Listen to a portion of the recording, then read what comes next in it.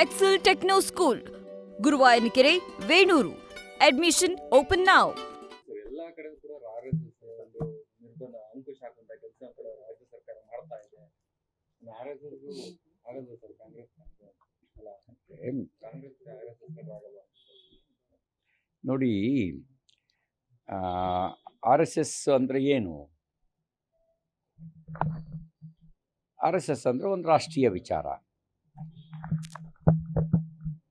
ಅದ್ರ ಪದ್ಧತಿ ಏನು? ವ್ಯಕ್ತಿಗೆ ಸಂಸ್ಕಾರ ಕೊಡೋದು, ರಾಷ್ಟ್ರಭಕ್ತಿಯ ಸಂಸ್ಕಾರ ಕೊಡೋದು, ಸಮಾಜಮುಖಿ ಚಿಂತನೆಗಳ ಸಂಸ್ಕಾರ ಕೊಡೋದು, ಸ್ವಂತಕ್ಕೆ ಸ್ವಲ್ಪ ಸಮಾಜಕ್ಕೆ ಸರ್ವಸ್ವ ಅನ್ನುವಂಥ ವಿಚಾರವನ್ನು ಬಿತ್ತೋದು, ಸಾಮಾಜಿಕ ಸದ್ಭಾವನೆಗಳನ್ನು ಬೆಳೆಸುವ ಕೆಲಸ ಮಾಡೋದು.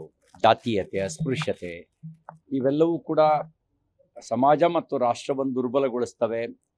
ಜಾತೀಯತೆಗೆ ಅವಕಾಶ ಇಲ್ಲದಂಗೆ, ಅಸ್ಪೃಶ್ಯತೆಗೆ ಜಾಗ ಇಲ್ಲದಂತೆ ನಾವು ಸಮಾಜ ನಿರ್ಮಾಣ ಮಾಡಬೇಕು ಅನ್ನೋದು, ಮತ್ತು ಪರಂಪರೆಯ ಶ್ರೇಷ್ಠ ವ್ಯಕ್ತಿಗಳನ್ನು ಆಧರಿಸಿ ಅವರಿಂದ ಪ್ರೇರಣೆಯನ್ನು ಪಡೆಯೋದು. ಈಗ ನಮ್ಮ ಇತಿಹಾಸದಲ್ಲಿ ಆಗೋಗಿರ್ತಕ್ಕಂಥ ಶ್ರೇಷ್ಠ ವ್ಯಕ್ತಿಗಳು, ಯಾರ್ಯಾರು ಶ್ರೇಷ್ಠ ವ್ಯಕ್ತಿಗಳು ಅಂತ ಆಗೋಗಿದ್ದಾರೆ ಅವರ ಪ್ರೇರಣೆಯನ್ನು ಪಡೆಯೋದು. ಇದನ್ನು ನಿರ್ಬಂಧಿಸಿದರೆ ರಾಷ್ಟ್ರ ಅನ್ನೋದು ಎಲ್ಲಿ ಉಳಿಯುತ್ತೆ?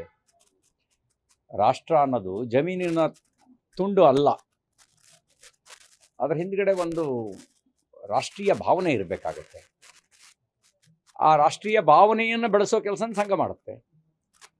ರಾಷ್ಟ್ರೀಯ ಭಾವನೆ ಇಲ್ಲದೆ ಇದ್ರೆ ಏನಾಗತ್ತೆ? ಹಾಗಾಗಿ ಅದನ್ನು ಯಾರೂ ನಿಯಂತ್ರಿಸೋದಕ್ಕೆ ಆಗಲ್ಲ. ಕೆಲವರಿಗೆ ತಪ್ಪಭಿಪ್ರಾಯ ಇದೆ.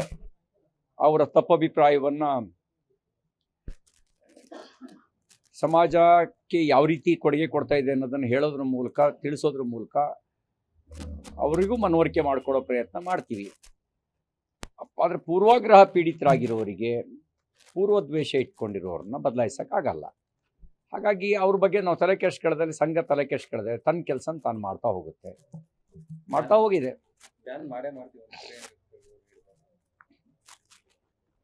ಈಗ ಕಾಂಗ್ರೆಸ್ನವರು ಪ್ರಜಾಪ್ರಭುತ್ವವನ್ನೇ ಜೈಲಿಗೆ ಹಾಕಿದ್ರು. ತುರ್ತು ಪರಿಸ್ಥಿತಿ ಹೇರಿ ಪ್ರಜಾಪ್ರಭುತ್ವದ ಪರವಾಗಿ ಧ್ವನಿ ಎತ್ತೋರ್ನ ಎಲ್ಲರನ್ನೂ ಜೈಲಿಗೆ ಹಾಕಿದ್ರು. ಸಂವಿಧಾನವನ್ನೇ ICUಯಲ್ಲಿ ಇಟ್ಟಿದ್ರು. ಆದರೆ ಶಾಶ್ವತವಾಗಿ ICUಯಲ್ಲಿ ಇಡೋಕ್ಕಾಯ್ತಾ? ಆಗಲಿಲ್ಲ. ಹಾಗಾಗಿ ಆ ಒಂದು ಹಳೆ ಚಾಳಿ ಆಗಾಗ ಮರುಕಳಿಸ್ತಾ ಇರ್ಬೋದು. ಕೆಲವರಿಗೆ ಅಮಾವಾಸ್ಯೆಗೆ ಬಂದಾಗ, ಹುಣ್ಣಿಮೆ ಬಂದಾಗ ಸ್ವಲ್ಪ ಕೆದರುತ್ತಂತೆ, ಹಾಗೆ ಕೆಲವರಿಗೆ ಅನಿಸ್ಬೋದು.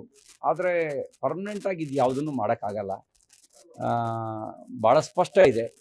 ಹಂಗಾಗಿ ಅದ್ರ ಬಗ್ಗೆ ಏನು ಚಿಂತೆ ಮಾಡೋಕ್ಕೇನು ಹೋಗಲ್ಲ. ಸಂಘ ತನ್ನ ಕೆಲಸ ತಾನು ಮಾಡ್ತಾ ಹೋಗುತ್ತೆ. ಸಂಘದ ಕೆಲಸ ವ್ಯಕ್ತಿ ನಿರ್ಮಾಣ ಮಾಡೋದು, ವ್ಯಕ್ತಿಯ ಮೂಲಕ ರಾಷ್ಟ್ರ ನಿರ್ಮಾಣ ಮಾಡೋದು, ಅದ್ರ ಕೆಲಸ ಅದು ಮಾಡ್ತಾ ಹೋಗುತ್ತೆ. ಕಾಂಗ್ರೆಸ್ನಲ್ಲಿ ಸಿಎಂ ಉತ್ತರಾಧಿಕಾರ ಕೂಡ ನೇಮಕ ಮಾಡಿದ್ದಾರೆ ಆಲ್ರೆಡಿ ಯತೀಂದ್ರ ಸಿದ್ದರಾಮಯ್ಯ ಅವರು.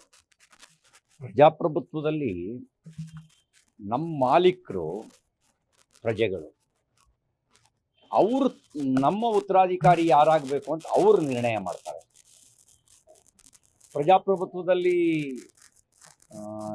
ನಾವು ನಮ್ಮ ಅಪ್ಪನ ಆಸ್ತಿಯನ್ನೇ ಪಾಲ್ದಾರರಾಗ್ಬೋದು, ಆದರೆ ಪ್ರಜಾಪ್ರಭುತ್ವದಲ್ಲಿ ರಾಜಕೀಯ ವಾರಸುದಾರಿಕೆ ಅದು ಪ್ರಜೆಗಳು ಕೊಡಬೇಕು.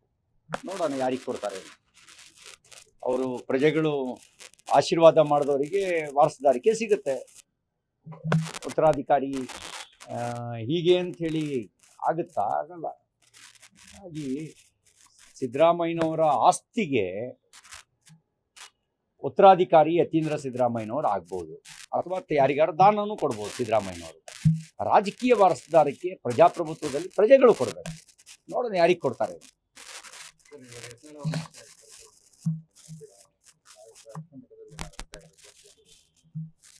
ಕೆಲವನ್ನ ಕಾಲ ನಿರ್ಣಯ ಮಾಡುತ್ತೆ.